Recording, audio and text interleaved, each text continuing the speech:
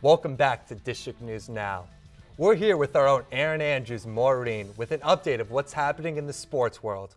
Hi, Maureen. This week in sports, an underdog wins his first Masters tournament. The Nats scrape by their home opener. The Boston Bruins beat the Caps with an overtime goal, and a coach in Arkansas gets caught in a scandal. Bubba Watson took home the win at the 76th Masters tournament. He took 2 sudden death holes and made what many are saying was a miraculous shot. Watson locked his first major title by setting up a 2-putt par to defeat South Africa's Louis Oosthuizen. The Washington Nationals barely took a win at their home opener last night against the Cincinnati Reds. They carried a 2-0 lead in the 9th, but the Reds came back and tied it. In the bottom of the 10th, Alfredo Simon throws a wild pitch, and Ryan Zimmerman scores from the 3rd, giving the Nats a 3-2 win. The Boston Bruins defeated the Washington Capitals 1-0 last night. Chris Kelly made a goal on a long slap shot, 1 minute 18 seconds into overtime. Caps goalie Braden Holtby, a 3rd stringer, made his playoff debut, making 29 saves. The Caps look to even up the best-of-7 series Saturday afternoon at TD Gardens. Arkansas's university football coach Bobby Petrino was fired Tuesday after admitting to having an inappropriate relationship with a recently hired employee. 25-year-old Jessica Durrell was hired by 51-year-old Petrino in March, only a few days before a motorcycle crash that outed the couple. Arkansas Athletic Director Jeff Long said that the coach engaged in an inappropriate event to deceive members of the athletic staff. And that's it for this week in sports. Thanks, Maureen. Popcorn is a favorite movie theater snack. But did you know popcorn could actually be healthy for you? Matt LaFemina has the story. The Hunger Games last weekend may have been unaware of the health benefits of a favorite movie snack. Popcorn has popped up in the health conversation this week, and some experts are saying that it may be much healthier than you would think.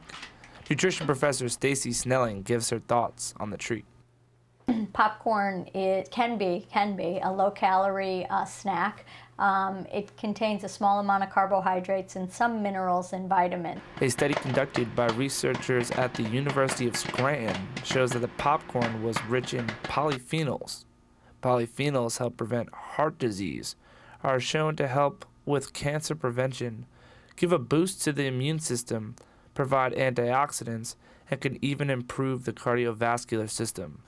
With popcorn containing nearly twice the milligrams of polyphenols than most fruits and veggies, many are questioning if this snack may be better than fruits and veggies. Or to say how a low-calorie snack may complement and enhance the existing diet without saying to people, have the popcorn rather than the fruits and vegetables.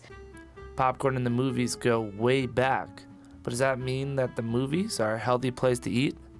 Not so fast. The way that the movie theater popcorn is prepared is much higher in calories because of the amount of fat that it's prepared in and then the amount of fat or butter that's added to it. So while it may not be the best option, you can't go wrong with a little pop in your life. For District News Now, I'm Matt LaFemina. The National Cherry Blossom Festival 100th anniversary is being celebrated this spring. One of the annual events, the Southwest Waterfront Fireworks Festival, welcomes area families for a day of fun. Eric Wilkins has the story.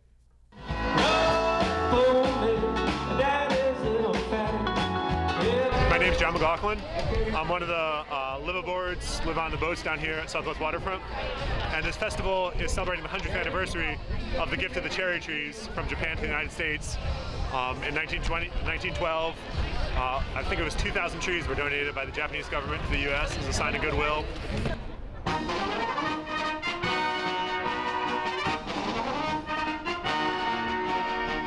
This being the 100th anniversary, it's a much bigger event, and today's festival is part of a 2-week event celebrating the blossoms, and it's also to bring people down here to the waterfront to connect with the maritime history of DC. And there's a variety of activities. A lot of them are cherry blossom themed or Japanese themed, a little bit of a waterfront theme as well. You may see some pirates walking around. but it's basically hands-on fun activities for local residents and visitors alike to come just enjoy the waterfront. Cherry Blossom Festival is DC. I mean, it's a wonderful time of the year. Love the cherry blossoms. Getting the boys out to have some fun, enjoy the sights and sounds on the water. And every year those trees blossom. It's one of the truly spectacular, beautiful events here in DC. And the trees are primarily around the tidal basin, and they're also around East Potomac Park Island, which is right across the river from us here today. I love the Japanese drumming. I know that's coming up. And of course the parade. Everyone loves the Cherry Blossom Parade and the street festival afterwards. So far it's good. Even though it's April, it feels like March outside. Today's high will be 67 degrees with a low of 45 degrees.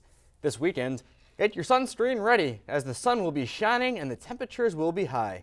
Weekend temperatures will be in the mid-70s to mid-80s with lows in the lower 50s. Perfect weather for a game of Frisbee or a day at the ball game to watch our Washington Nationals. This Sunday marks the 100th anniversary of the sinking of one of the most famous ships. We have the story right after this.